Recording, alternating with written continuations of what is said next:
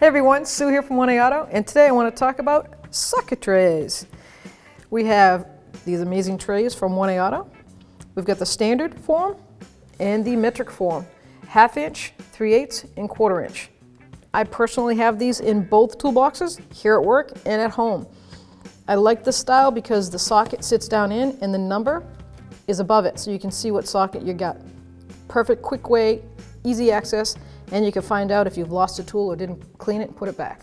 So if you need this tool or any other tool, click on the link below and head on over to 1AAuto.com. Thanks for watching. Visit 1AAuto.com, your place for DIY auto repairs, for great parts, great service, and more content.